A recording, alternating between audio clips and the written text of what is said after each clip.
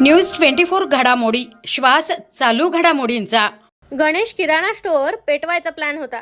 पोलिसांनी गुन्हेगारांचा प्लॅनच जाळला। उसने पैसे, तलवारीचा हिसका आणि आगीचा तांडव। संपूर्ण गाव हादरलं। निमळक येथे संदीप कोतकर, विलास कोतकर, कोंडिबा कोतकर आणि त्यांच्या पत्नी चंद्रभागा कोतकर यांच्यावर 19 ते 20 जणांच्या टोळक्यानं तलवारी, लोखंडी रॉड आणि दांडक्यांनी प्राणघातक हल्ला केला। गणेश किराणा स्टोअर समोर हा थरार घडला।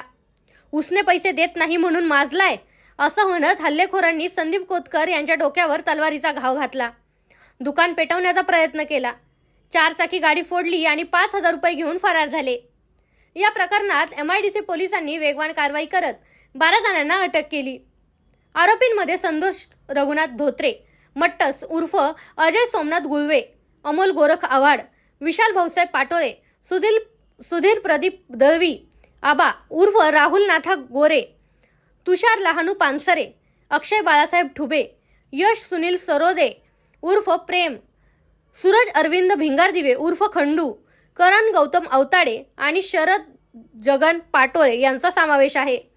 या गुन्ह्याचा अधिक तपास सुरू झाला असून पोलिसांचे पथक उर्वरित फरार आरोपींच्या मागावर आहे।